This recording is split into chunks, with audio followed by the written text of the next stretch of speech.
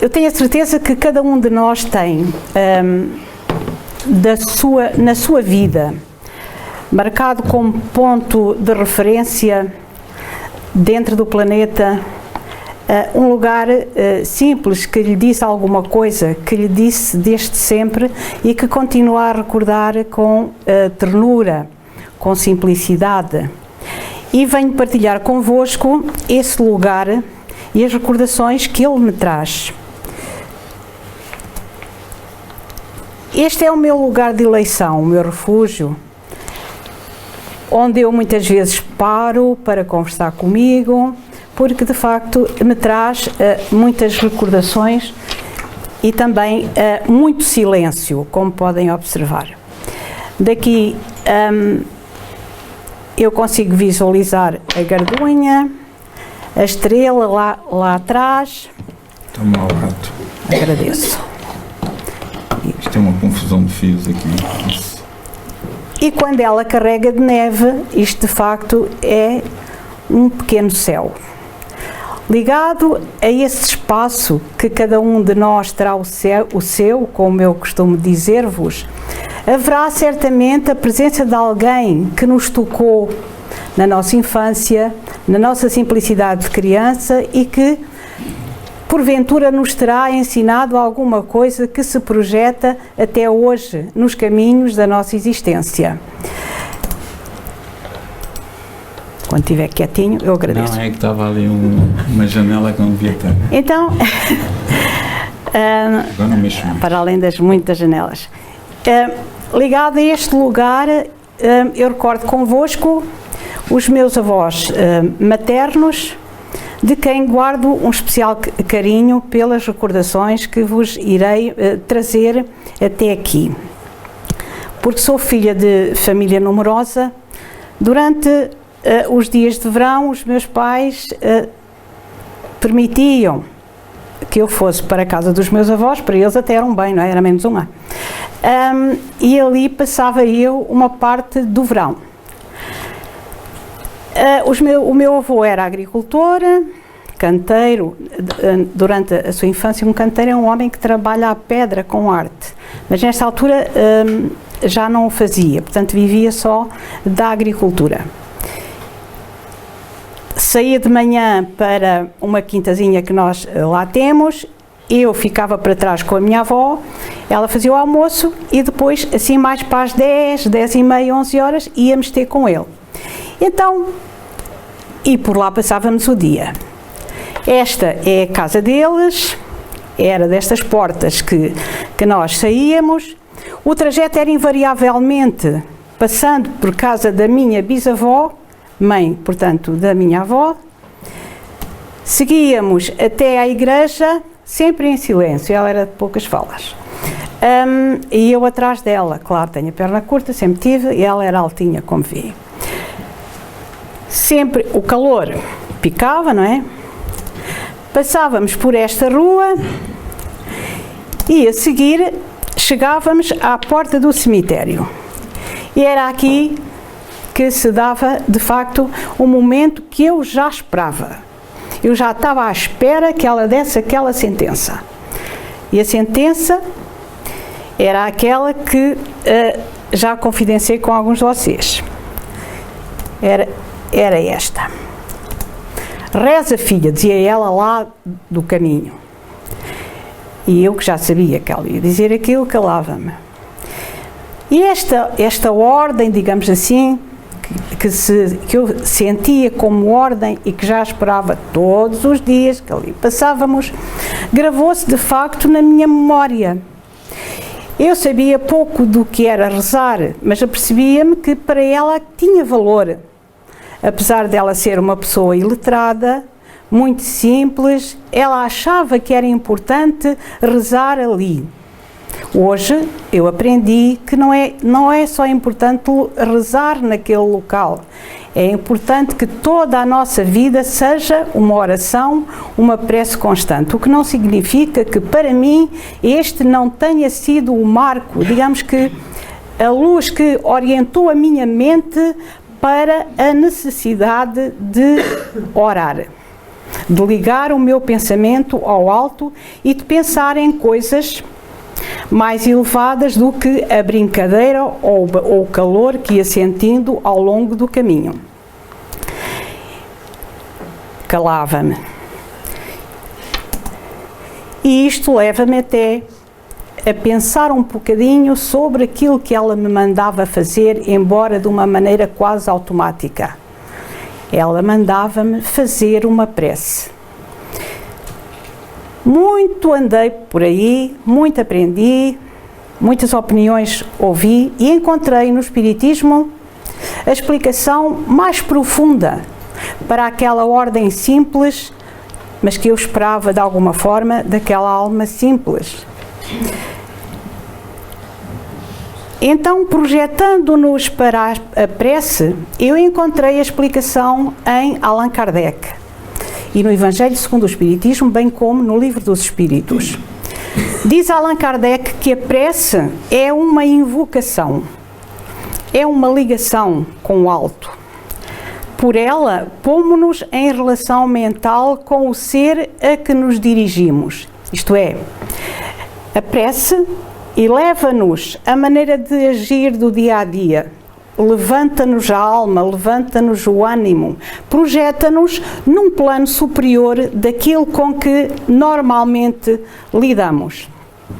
E ela põe-nos então em relação mental com o ser a que nos dirigimos, diz ainda Allan Kardec, que para se compreender o que acontece nesse caso, é necessário imaginar todos os seres encarnados e desencarnados mergulhados no fluido universal que preenche o espaço, assim como na Terra estamos envolvidos pela atmosfera. Isto é, Allan Kardec projeta-nos para o universo. Explica-nos que todos os mundos que povoam o universo estão mergulhados, digamos que numa atmosfera que se chama fluido universal.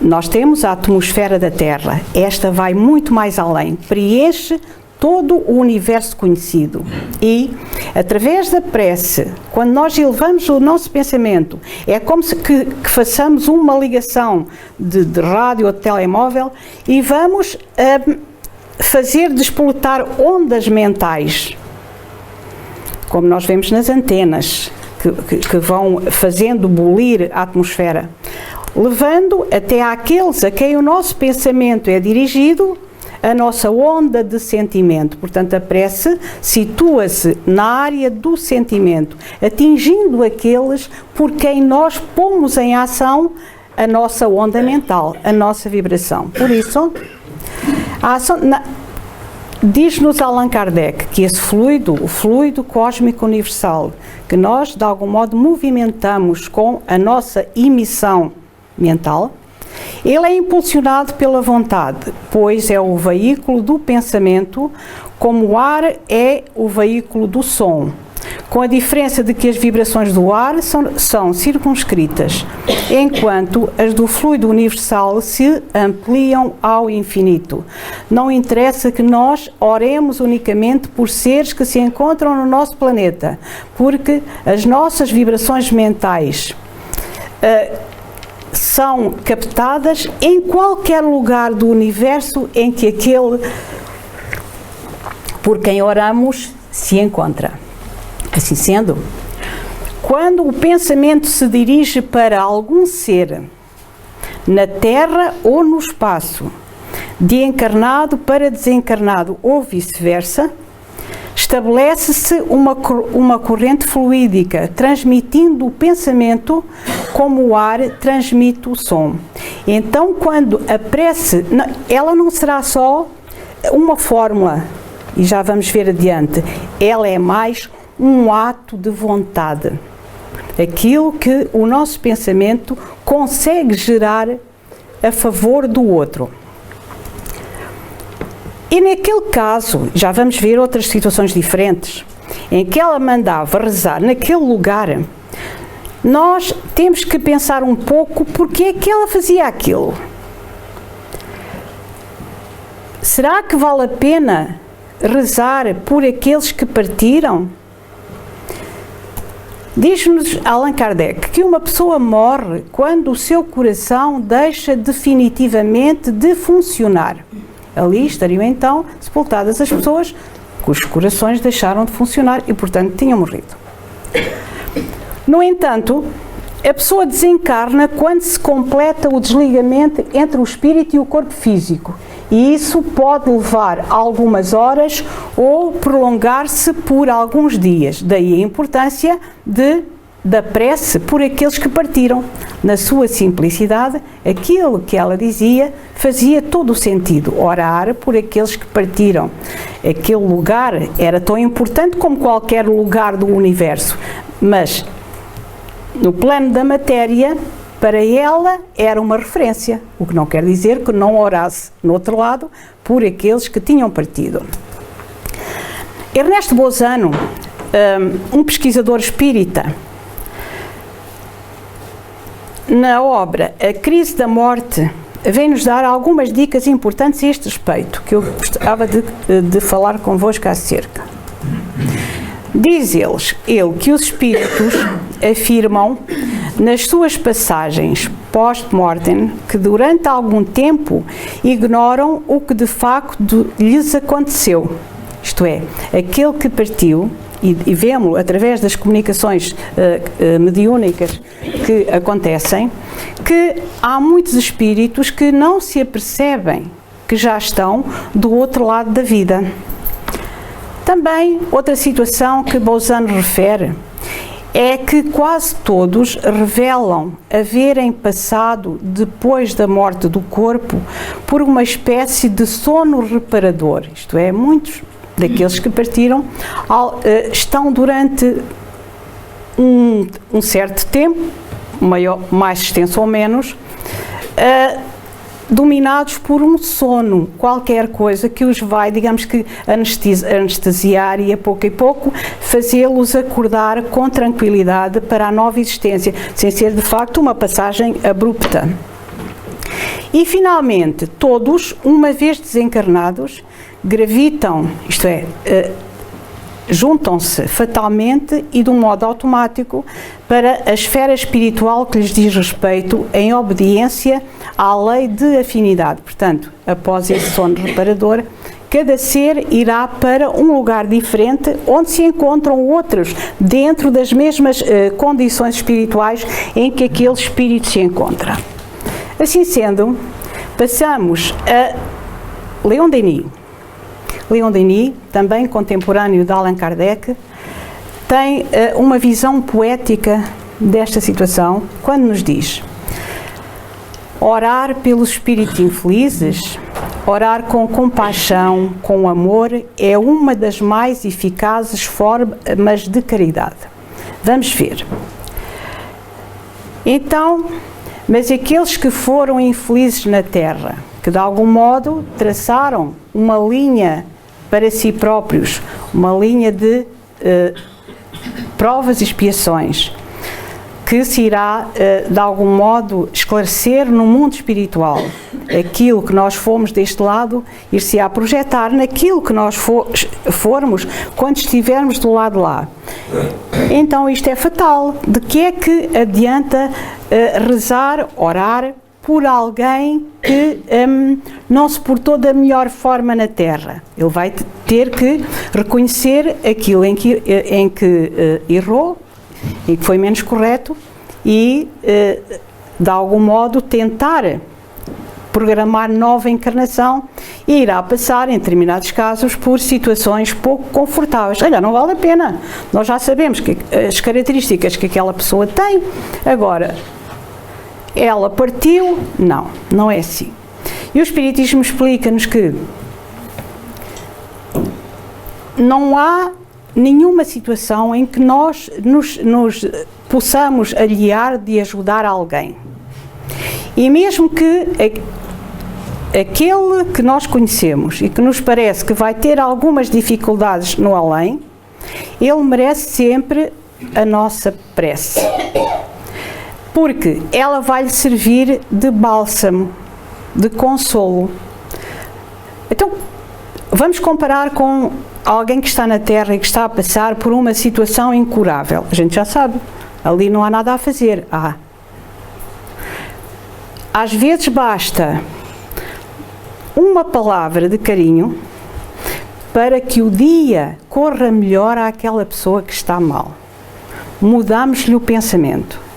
E através da prece, como o Espiritismo nos explica, se nós conseguirmos atingir aquele ser com o nosso querer bem, ele vai se sentir bem, mais aliviado. E o facto de se sentir bem vai fazer com que alivie a sua dor, se sinta mais confortado, mais esperançoso.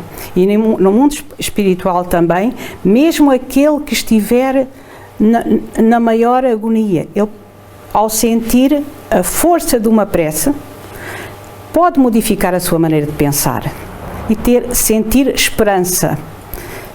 E ao sentir esperança, ter vontade de mudar. E aí nós iremos abreviar os momentos de tristeza, de abandono, com momentos de esperança, de vontade de melhorar, de ir para a frente. E vamos conseguir diminuir o espaço de dor em que aquele ser se encontra, através da nossa prece, enviando-lhe mensagens de ânimo. Não, eles vão conseguir. E isso é muito importante. É por isso que Leon Denis nos diz que é, de facto, a maior caridade. E a prece é de tal forma importante e influencia de tal maneira o ser necessitado, porque ele está altamente sensibilizado, necessitado de compreensão. E nós vemos aqui que é uma das técnicas que funciona sempre. Mesmo aquele espírito que está mais sofrido, digamos que mais distante, com mais dificuldade em se captar a sua confiança, é convidá-lo a orar. E muitas vezes também, quando o momento se propicia e nós convidamos o espírito a orar, ele diz: eu não sei fazer isso. Já há muito tempo que não sei, que não rezo, que não... Então, mas quero que eu reze consigo. E normalmente o plano de pensamento que nós traçamos para aquele ser não chega ao fim, porque a determinada altura quebra, pela força da palavra, do sentimento que lhe vamos incutindo através da nossa voz. Continuando, diz-nos Leon Denis: essa caridade todos podem exercê-la, todos podem facilitar o desprendimento das almas, abreviar o tempo de perturbação porque elas passam depois da morte, atuando por um impulso caloroso de pensamento, por uma lembrança benévola e afetuosa. E isto é grátis. Agora, talvez haja aqui um espacinho para nós falarmos. Pronto, então se nós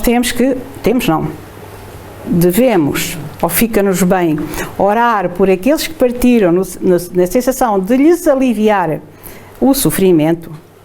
Como é que ficam aquelas missas que a gente manda rezar à força toda? A zero.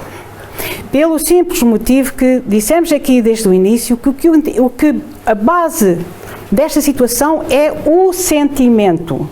O sentimento que eu consigo gerar em mim para poder impulsioná-lo através do fluido cósmico universal e direcioná-lo até ao outro.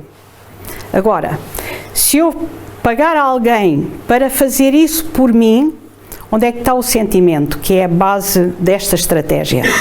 Em ladíssimo nenhum. Ok? Portanto, não vale a pena, é desnecessário pagarmos a alguém por algo que nos pertence unicamente a nós e cuja retidão nós só conseguiremos chegar através do impulso que lhe conseguimos direcionar.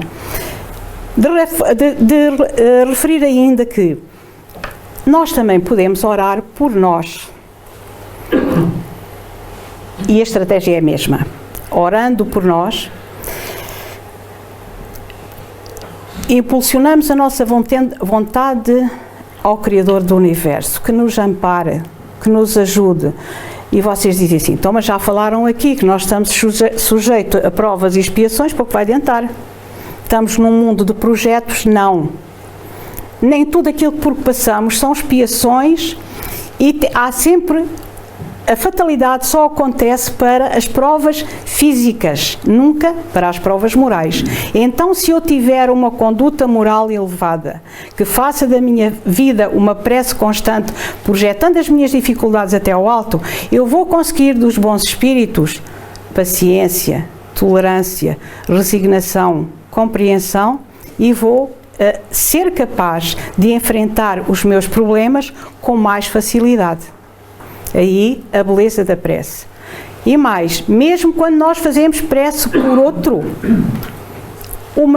o principal beneficiado sou eu, porque eu fui o gerador da ideia. E todas as minhas células vibraram no sentido de que aquela prece tivesse êxito. E então, ao elevar-me, sobre mim recaiu o primeiro benefício. Ainda...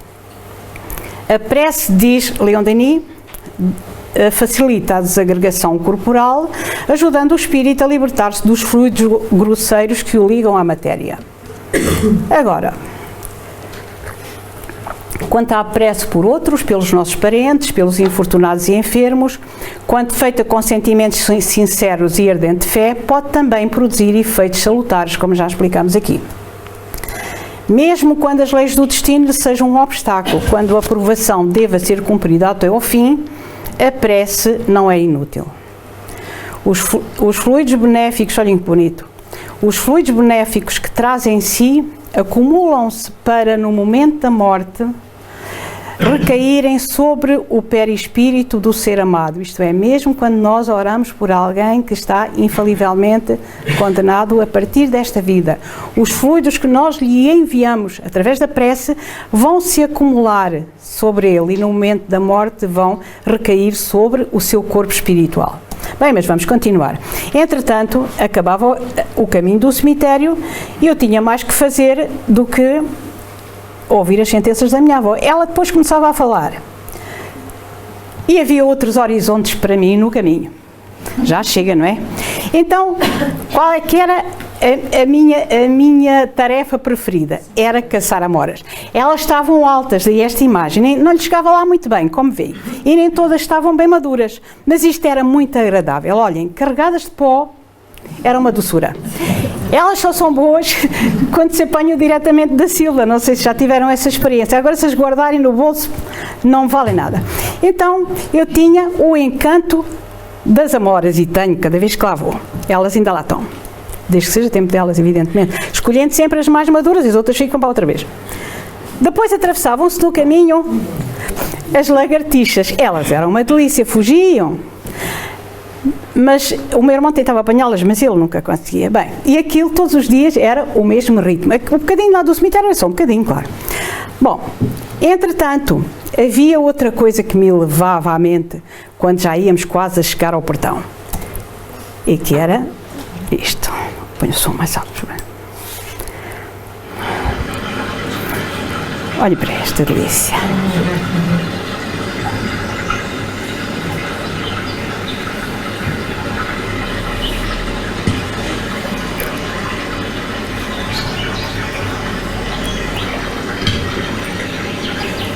Aqui foi quando a Amélia caiu, não é? Não, foi antes. Ora bem, aqui é que eu me atrasava mesmo da minha avó. Porque, pronto, era a loucura. Entrávamos na propriedade, o portão da propriedade. Lá íamos, o meu avô já lá andava, como vos digo. Mas havia mais, eu sempre que podia escapava-me.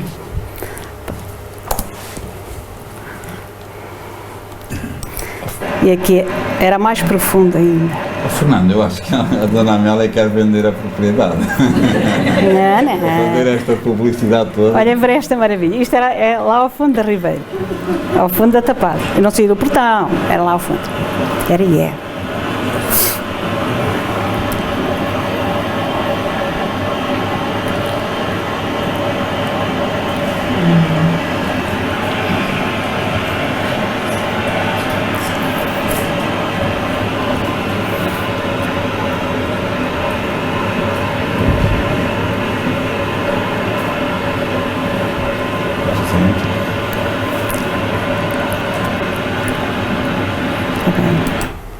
Bem, sempre a ribeira ainda lá está, a levada ainda lá está, e na minha mente de menina sempre ressoa esta expressão, reza filha.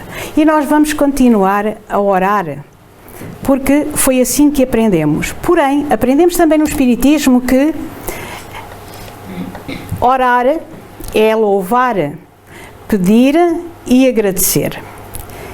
E se lá ao princípio da viagem de manhã a gente pedia pelos outros, ao vermos aquela maravilha de natureza, temos mais é que louvar a Deus. Louvar, tal como está escrito no Livro dos Espíritos, é reconhecer a beleza do mundo em que vivemos, a alegria de termos família, de termos parentes, de termos um lar, de vivermos em paz, de sermos capazes de nos movimentar de um lado para o outro, de termos amigos, de podermos partilhar. Esse é o momento de louvar a Deus por tanta coisa bonita que põe à nossa frente, como o Lucas dizia há bocadinho, e que só conseguimos através da introspeção e da capacidade de nos elevarmos um pouco no dia a dia. Por isso, louvar a Deus será, por exemplo, olhando esta maravilha, dizer-lhe que bom, que lindo, que maravilha, meu Deus. Está no mesmo patamar do pedir. A gente tem mania de pedir, não é? Mas isto geralmente é o que eu penso quando me vejo ao espelho. Veja lá. Que maravilha. Esta obra da criação. Exatamente. Olha que maravilha de perfeição, e às vezes nós nem nos apercebemos isso. Não tem as gotas de água. Mas a gente também pulveriza, isso resolve-se. Então aqui temos um motivo para louvar a Deus. Deixarmos de pedir. A palestra começou de um modo tristonho, mas é só uma questão de esquema, de informação. Temos muito para louvar a Deus. Eu louvo a Deus até por me ter dado aquela avó magnífica que me ensinou os primeiros passos na arte da prece. Depois temos uma brincadeira brasileira. Vejam bem, o agradecer, como dizia ali.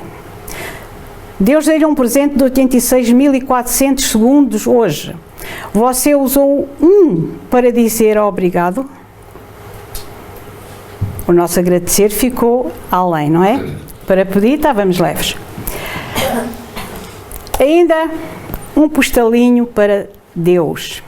Querido Deus, desta vez não quero pedir, quero somente agradecer. E de facto nós temos tantas coisas, como falámos, para agradecer. Esta palestra trouxe-nos a arte de pedir, explicando-nos cientificamente porque é que o pedir tem importância, tem valor. Depois a arte de louvar, com a simplicidade das correntes de água, que nos fazem parar, meter o dedito, enfim, saborear o silêncio. Eu estive lá a semana passada e quando já voltava, esta propriedade é minha, quando já voltávamos no caminho, eu disse ao marido, eu não fui à ribeira, mas ela ainda não corre. E ele disse, corre, corre. E já era de noite, estava morta para voltar para trás, porque já vinha a água do degelo, que é de facto sempre uma benesse. E agora, vinha só recordar aqui, esta gravura, é a ilustração de uma parte do Evangelho de São Lucas, capítulos 11 a 19. E ela ilustra a cura dos 10 leprosos que Jesus fez nos caminhos da Galileia. Jesus encontrou um grupo de leprosos, como está no Evangelho, e disse-lhes que se fossem mostrar aos sacerdotes. Eles sentiram-se curados, mas pelos vistos, nem todos se lembraram de agradecer. E só como está aqui no Evangelho, voltou para agradecer. Então, isto de alguma forma serve-nos de reflexão. já no tempo de Jesus, o pessoal tinha dificuldade em reconhecer o bem que se lhe fez e agradecer. Só um pensou 2 vezes e resolveu voltar para lhe agradecer. E com esta reflexão, com esta abordagem simples da prece, unicamente naquilo que Allan Kardec nos aponta, pedir, louvar, agradecer, nós trazemos agora um estudo diferente do valor da prece. É isso que nós vamos passar a seguir. Mas antes, eu só vos queria dizer, como já disse há bocadinho, que ao cair da tarde a gente voltava para a aldeia. E a história repetia-se, como é evidente. Só que já era mais suave, porque o barulho do rodado da carroça atenuava um bocadinho a sentença final. Reza, filha. Eu ia lá atrás e a coisa era mais amena.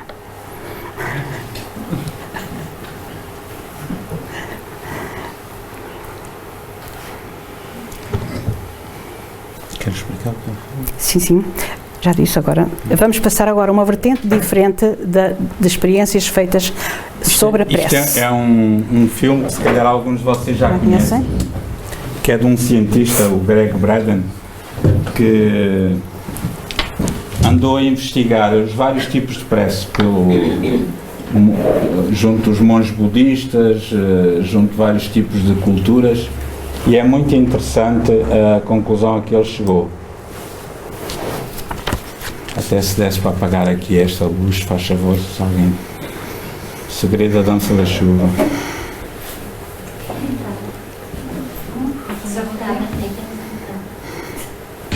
Thought is what gives focus or direction to the emotions. In other words, we have a thought about something. We have a thought about a cloudy day outside. And that thought, into that thought, we pump, we feel the power of the emotion, either our love of that rainy day or our fear of what that rainy day may bring to us. And by doing so, when we marry the power of emotion with the direction of the thought, by virtue of that, we create a feeling. So feeling, by definition, is the union of emotion and the thought. And the one energy center, interestingly enough, that is not accounted for in all the other systems, that remains unused in these ancient systems, is the heart center, and this is the one that is dedicated to the power of feeling. We feel in our hearts. So the feeling that we have in our hearts is the language that speaks to the field that Western science is now beginning to understand through their experiments. It's the power of human feeling that is the language that opens the door to the possibilities of what we create in our world. That opens the door to the possibilities of what we create in our world. Well, scientists today, as they think about this field, it is so new, the idea is so new, that they've yet to agree even on a single term. Some scientists call this the quantum hologram. Some call it nature's mind. Dr. Ed Mitchell, former Apollo astronaut, calls this nature's mind. Scientists like Stephen Hawking call it the mind of God. As varied as the names appear to be, they're all speaking about essentially the same field, and they describe this field as a web or a net that underlies the fabric that links everything together. And it is this fabric, this web, this net, is what we speak to with the feelings in our bodies, with the feelings in our hearts. Ancient traditions not only recognized this relationship, they invite us one step further, and they left precise instructions in terms of how we apply this in our lives. In the late 1980s, I was an engineer working in the defense and aerospace corporations. I began exploring these concepts as an engineer, looking in the world around me to understand the history of those who have come before us. And it is that thinking that led me into the journeys of some of the most amazing places in the world, from the temples in Egypt, the Andes Mountains in Bolivia and Peru, into India and Nepal, the highlands of central China and Tibet, all through the American desert Southwest, searching for information and clues that would help us to understand how we relate to the world and how we can use this power of feeling, this power that speaks to the language, the world around us. So as an engineer, when I began studying the principles of those who have come before us, the information that they left so we could understand our relationship to the world around us and this ancient technology that today we call prayer, my thinking was that this kind of information would be best preserved in places that have been least disturbed by Western civilization. And this thinking led me into a journey, first time in 1998, into the highlands of central China, into Tibet, where we had the opportunity to explore 12 monasteries and 2 nunneries, speaking through the translators to those who actually live these principles in their lives. This is the value of going to a place like Tibet, a living culture. We can go into temples in Egypt or temples of the Mayan temples in the Yucatan, and as fascinating as they are and as much information as they hold, the cultures that left that kind of information no longer exist. So at very best, we are speculating in terms of what they're saying to us. When we go into a monastery in Tibet, we can actually speak with the people who are there. We can ask them, when we see your prayers on the outside, what are you doing on the inside? What happens? What happens to your body? What are you thinking? What are you feeling? What are you emoting? Well, it was in Tibet where I had the opportunity to meet with an abbot of one of the monasteries, and I asked him through the translator. Same thing we'd asked all the monks and all the nuns. And it was his answer that was so clear to me. And I asked him, when we see your prayers for 12 and 14 and 16 hours a day, when we see the mudras and the mantras and the bells and the bowls and the gongs and the chimes and the chants that you're doing in your prayers for so long on the outside, I said, what are you doing on the inside? What happens on the inside? And the abbot looked at me, and I like to think he was laughing with me. He may have been laughing at me, because he said through the translator again, he said, you've never seen our prayers, because a prayer cannot be seen. He said, what you have seen are the things that we do to create the feeling in our bodies. And the feeling is the prayer. Then he turned the question on me, and he said, how do you do it in your culture? How do you do this in your culture? And I began to think about the way we think about prayer in our culture today. When we lost the texts that describe how the power of emotion and feeling are actually the language that connect us with the universe and the creation around us, we began to believe that words are simply the prayers. That if we say the right words, the right number of times, the right day of the year, the right time of day, that we've said the prayer. And as well-intentioned as those prayers may be, what we know is that there's a modality of prayer that carries us far beyond where simply offering the words will carry us.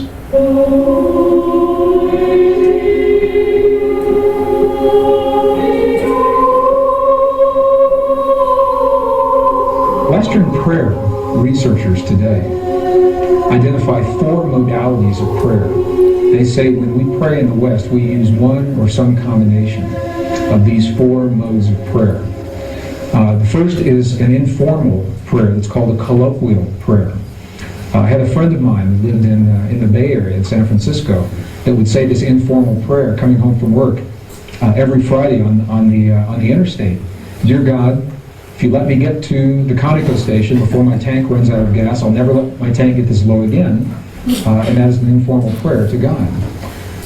The second mode of prayer is what is called a petitionary prayer, where we petition the powers to be. We petition the angels, or we petition God.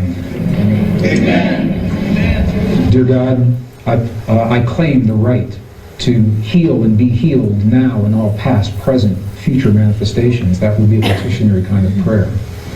The third mode of prayer is a ritualistic prayer. Now I lay me down to sleep. God is great. God is good.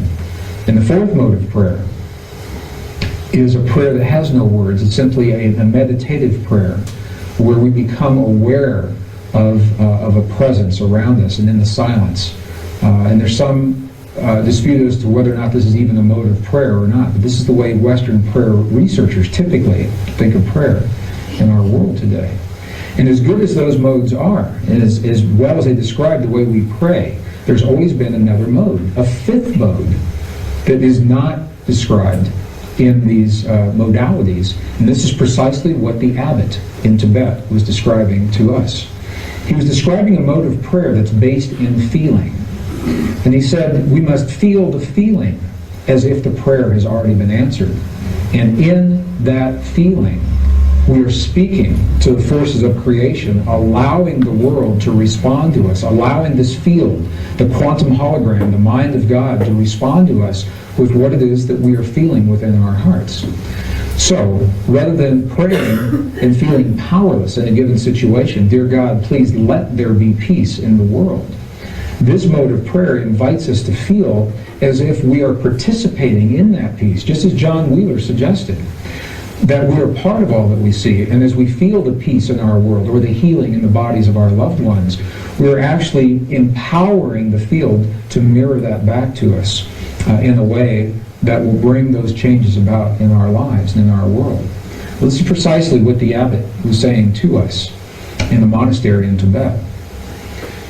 In the early 1990s, I had the opportunity to see this mode of prayer, this feeling-based prayer, enacted in a real-time situation. And I'd like to share the story because it perhaps best describes what otherwise is a nebulous concept regarding precisely how feeling-based prayer works in our lives. During the 1990s, early 1990s, the desert Southwest Este caso é muito was experiencing interessante. one of the worst droughts in history. Para o último. And a Native American friend of mine invited me to join him one day in a place in the high deserts of northern New Mexico to share in a prayer of rain. He didn't have to ask me twice. I said, you bet, I'd love to participate and see what this prayer is all about. So we met at an agreed upon location, and we hiked through several 100,000 acres of beautiful high mountain desert sage until we came to a place that was so old, even the people today don't know who built this place. It was essentially a stone circle, and each stone was placed just as it was by the hands of the ancestors so long ago. It was in this place that my friend began his prayer. What he did was he removed his shoes, stepped into the circle in his bare feet. He honored all of his ancestors. He simply said, all of my ancestors, all of my ancestors. Honored the four directions. He turned his back to me, held his hand in a prayer position for just a few seconds. And then he turned around and looked at me, and he said, I'm hungry. Let's go get a bite to eat. And I said, I thought you were going to share this prayer. I thought you were going to pray for rain. And he looked at me, and he said, no. He said, because if we prayed for rain, rain could never happen. Because the moment you pray for something to occur, you've just acknowledged that it does not exist in that moment. And I thought about what he said. It made a lot of sense to me. If I say, dear God, please let there be peace in the world, what I'm saying in that moment is that peace isn't there. And I may inadvertently be empowering the very condition that I would like to change. And the same with the healing in my body or the body of my loved ones. So I asked my friend, I said, if you didn't pray for rain just then, what did you just do? What happened when you closed your eyes? And he turned her back to me just for those few moments. And what he said was this. He said, when I closed my eyes, I began to feel the feeling of what it feels like to have rain in our Pueblo village. He said, I smelled the smells of what it smells like when the rain falls off the earthen walls of our buildings.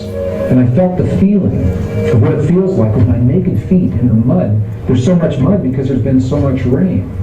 He said, in that way, I opened the door to the possibility to bring rain into our world. Well, I think about this mode of prayer a lot. Later that afternoon, something amazing happened. I was watching the weather maps, and the drought that had happened for so long suddenly changed. We saw the high-pressure system move across Utah and then dip down from Colorado into northern New Mexico and make a little U-turn and come right back up.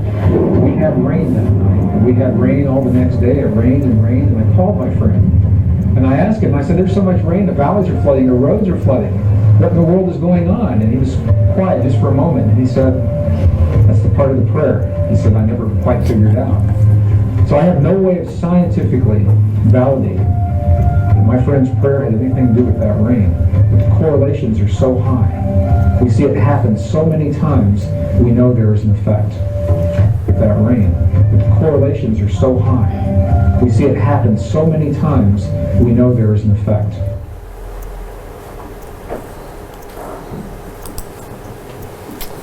Muito bem. Pronto. Está feita, Amélia? Está a faltar o preço final, mas se calhar fazemos no fim, não é? Está aí projetado. Ah, continua, desculpe, não sabia. Bom, depois desta intervenção americana, que de algum modo veio dar ânimo à nossa palestra, completando de uma forma profunda, não é? Eu trazia, para terminar, uma prece que foi recebida aqui por um dos trabalhadores do centro e com a qual iríamos então encerrar a apresentação, passando depois para as vossas questões.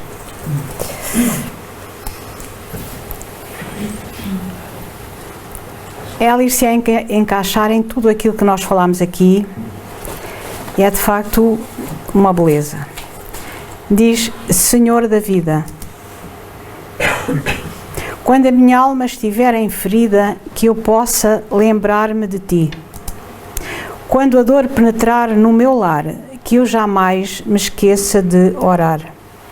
Quando o sofrimento, seja ele qual for, me desafiar a existência, que eu possa, Senhor, escurar-me na paciência.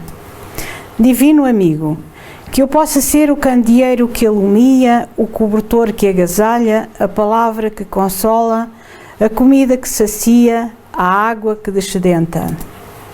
Mas acima de tudo, Mestre amado, que jamais eu olhe para o lado ou me sinta alquebrado com qualquer aflição ou situação e, mesmo sofrendo, chorando ou morrendo, eu possa sentir dentro de mim a certeza do porvir, a certeza do meu sentir, entrando no mais além com a alma em paz, com o coração leve e sem mágoa por ninguém. Obrigado, Senhor, pela lucidez deste momento, que me faz ter alento. Obrigado pelo discernimento sobre a vida, para que nela não perca a minha corrida. Que eu possa, querido amigo, manter a alegria de servir, mesmo com o coração ferido, na certeza de que amanhã, no porvir, eu poderei dizer e sentir que valeu a pena viver, sofrer, sorrir, partilhar, lutar para atingir a paz, a harmonia, que são agora o meu lugar. Obrigado, Senhor. Ditado pelo Espírito Amélia Rodrigues e recebido em Óbidos, Portugal, em agosto de 2010. Pronto, agora é que acabei.